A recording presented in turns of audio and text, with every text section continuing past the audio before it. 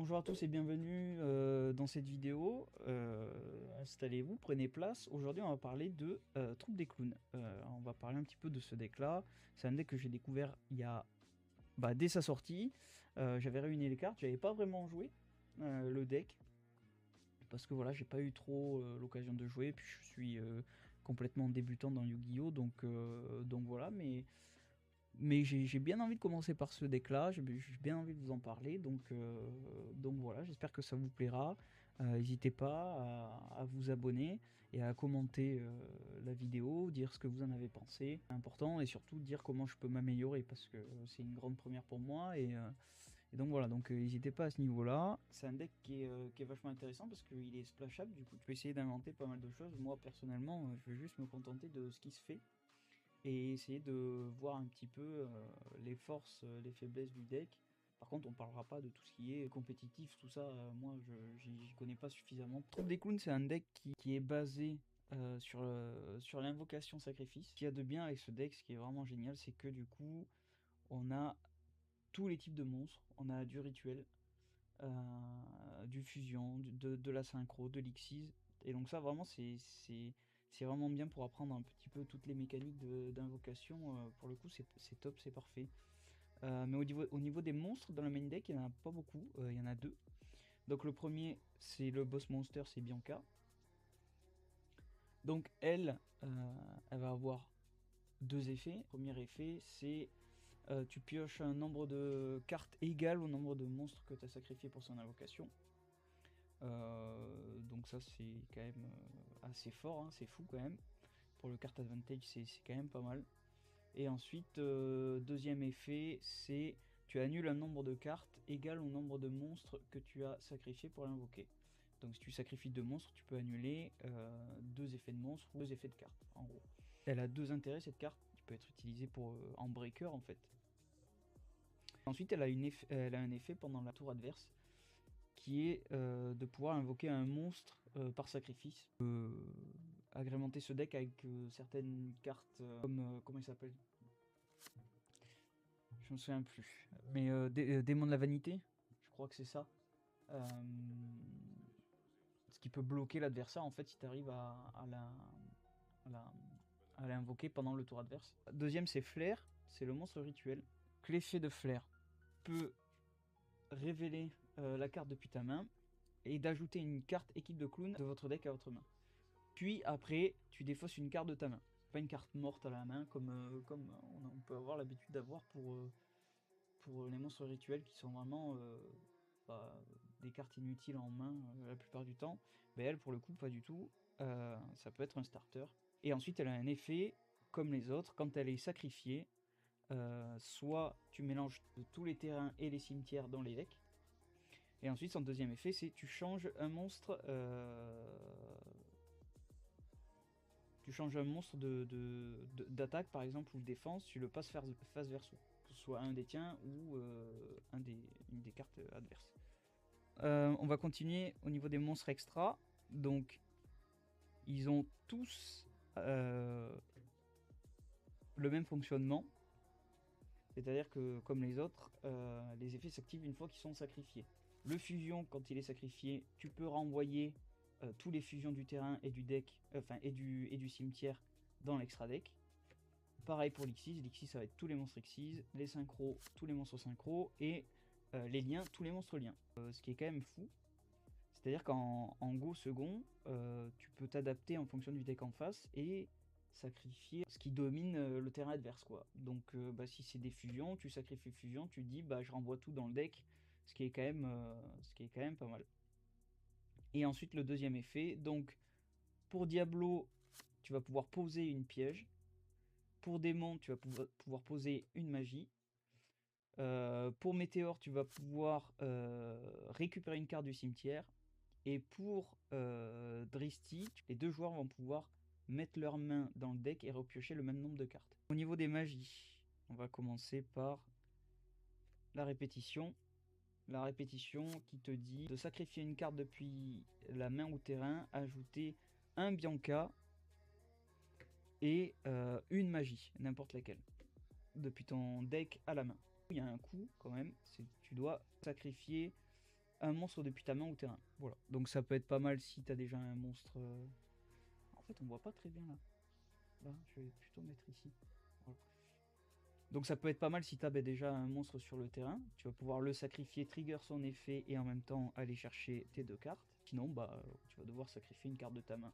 Son deuxième effet, dans le cimetière, tu vas pouvoir la bannir pour invoquer Flair depuis ta main en sacrifiant des monstres dont le niveau, de la somme des niveaux est supérieure à celle de Flair. Donc c'est quand même pas difficile vu que Flair a un seul niveau. Du coup, tu peux à peu près sacrifier n'importe quoi, tu arriveras à l'invoquer. Malabarisme, trouve des clowns, qui te dit d'invoquer, et donc celle-ci c'est une carte clé pour aller chercher tes monstres de l'extra deck en fait. Quand tu l'actives, elle te dit d'invoquer depuis ton extra deck 2 monstres troupe des clowns, jusqu'à maximum de monstres troupe des clowns, ignorant leurs conditions d'invocation. Parce que bien sûr, un monstre synchro, tu connais, il faut un synthoniseur et un non-synthoniseur pour l'invoquer.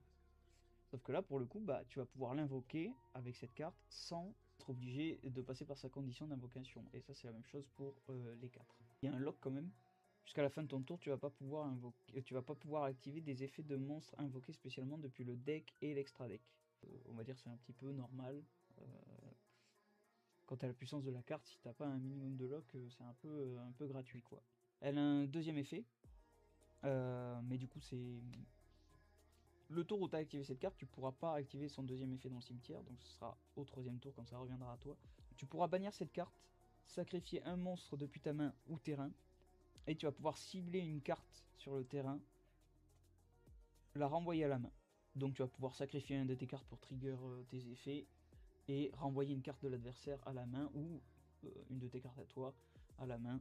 Bon, généralement tu vas vouloir envoyer à la main ce qui te dérange un peu sur le terrain, mais voilà.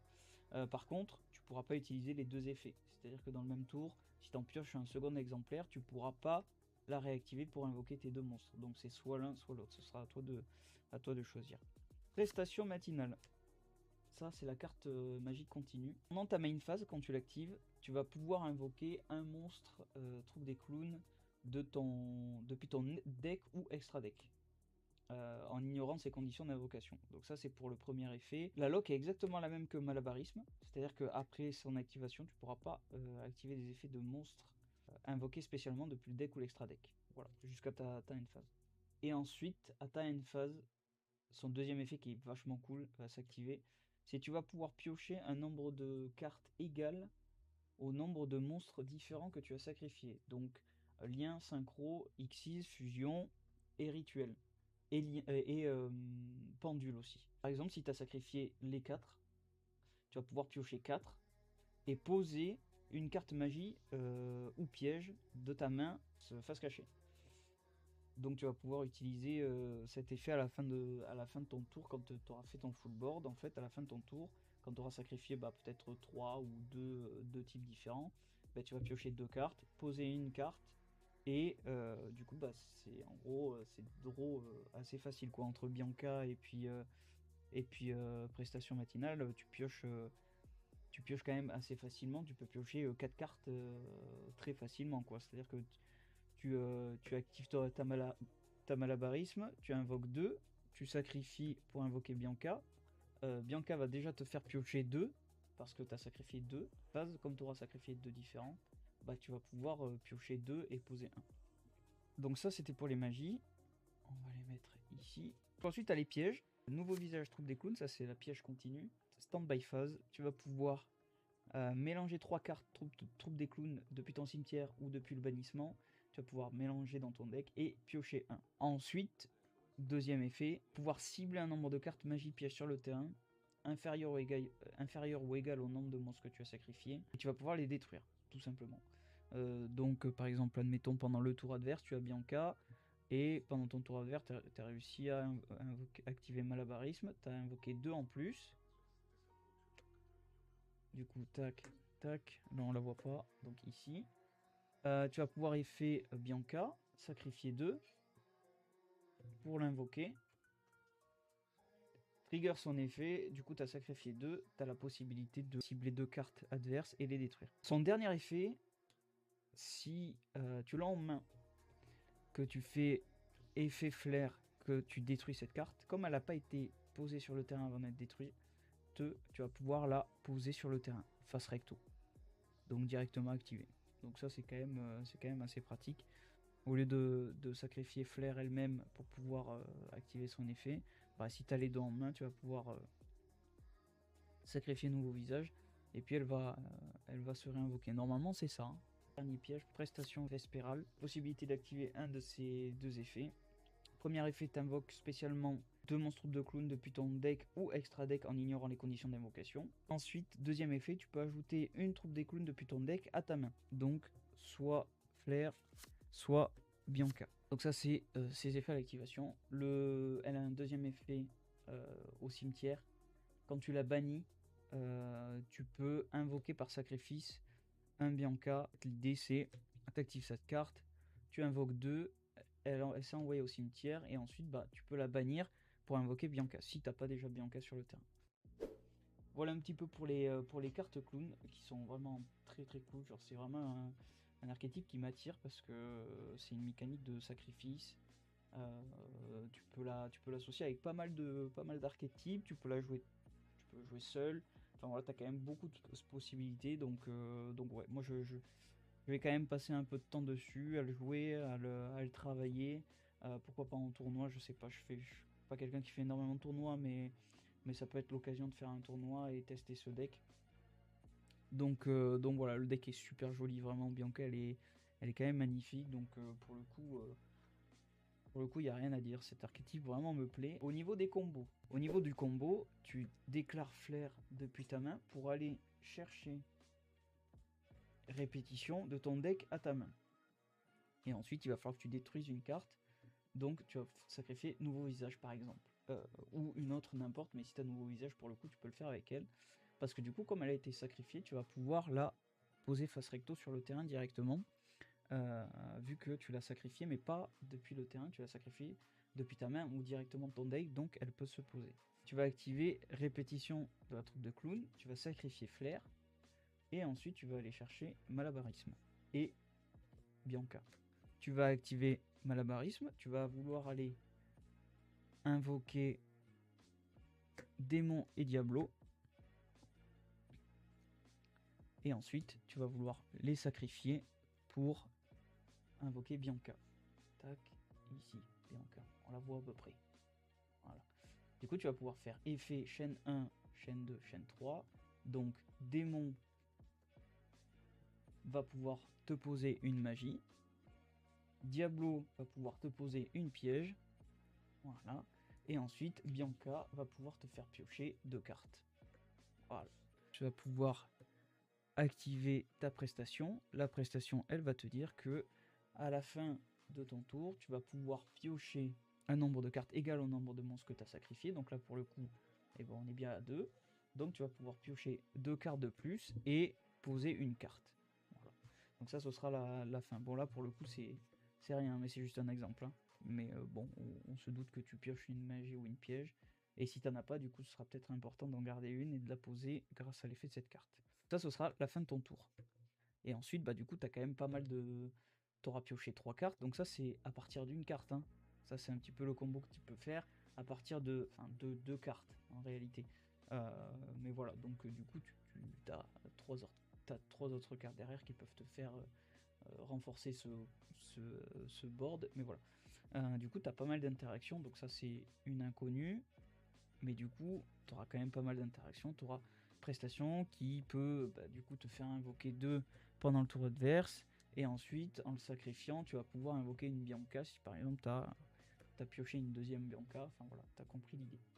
Donc voilà pour ce qui est des cartes clown. Je sais pas si on me voit très bien. Voilà, on va pouvoir parler des cartes que vous pouvez rajouter dans votre deck. Donc on va parler bien sûr de Tenki. Tout simplement parce que le Flair est un bête guerrier. Flair est un bête guerrier, donc du coup vous allez pouvoir activer Tenki et aller tuto Flair. Alors je sais pas si ça se joue beaucoup, parce que c'est une carte continue, et cette carte continue, ça prend quand même pas mal de place, on l'a vu, ça spam quand même les macros, donc je sais pas si ça se joue vraiment, mais c'est une possibilité. Et du coup, préparation des rites qui vous permet d'aller chercher un monstre rituel de niveau 7 ou moins, et comme Flair du coup est niveau 1, du coup ça c'est parfait pour ça.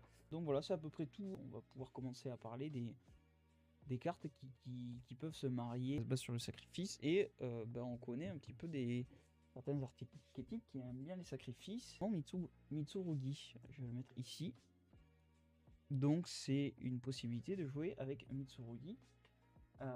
On peut aussi le jouer avec les bestiales. Moi je sais, j'ai pas testé, mais pour le coup j'aime beaucoup cette idée de jouer avec le bestial, parce qu'en fait tout simplement nos monstres clowns sont de type lumière, et en fait les bestiales s'invoquent en bannissant du cimetière ténèbres ou lumière, que ce soit de l'adversaire ou chez nous. Donc voilà, cette idée de bestial, elle peut être pas mal. Faut tester, faut voir, mais voilà. Et Mitsurugi, bon, je pense qu'on connaît, j'ai pas besoin de rappeler ce que ça fait, je pense que vous connaissez mieux que moi, mais c'est une possibilité aussi. Il y a aussi la possibilité de mélanger à runique, il y en a qui aiment bien au russe. Donc voilà, il y a plein de possibilités. Donc voilà, merci beaucoup d'avoir regardé cette vidéo, j'espère qu'elle vous aura plu, j'espère qu'elle vous aura donné envie de jouer Clown Clan, qui est vraiment un superbe deck. Voilà, après tout ce qui est niveau compétitif, etc., honnêtement, moi c'est pas vraiment ça qui m'intéresse. Ce qui m'intéresse, c'est de m'amuser, prendre du plaisir avec ce deck, jouer ce deck, peu importe si c'est le meilleur deck du moment, de machin, ça c'est pas ça qui m'intéresse.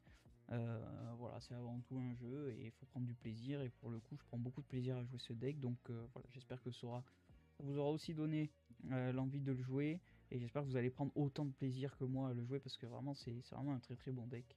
C'était une grande première pour moi, hein. J'ai jamais fait ça, mais voilà, donc n'hésitez pas à me dire ce que vous pensez, euh, ce qui peut être amélioré, tout ça, il n'y a pas de souci. Au niveau des caméras, tout ça, si c'était pas trop mal, si vous voyez assez bien, si... Voilà, à peu près un petit peu ce que vous pensez. On se retrouve très vite pour une prochaine vidéo, je sais pas quand est-ce que ce sera, mais voilà, je vous fais des gros bisous, et puis à la prochaine.